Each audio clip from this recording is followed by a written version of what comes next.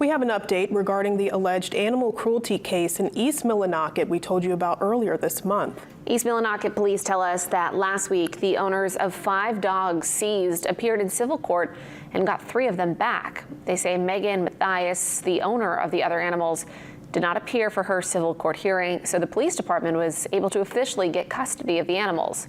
Matthias is due in court next week to face an animal cruelty charge. Police told us today 18 dogs are now available for adoption through Katahdin Critters, who is working with Penobscot Valley Humane Society. The cat and the pig that were taken from the home already have found their forever homes.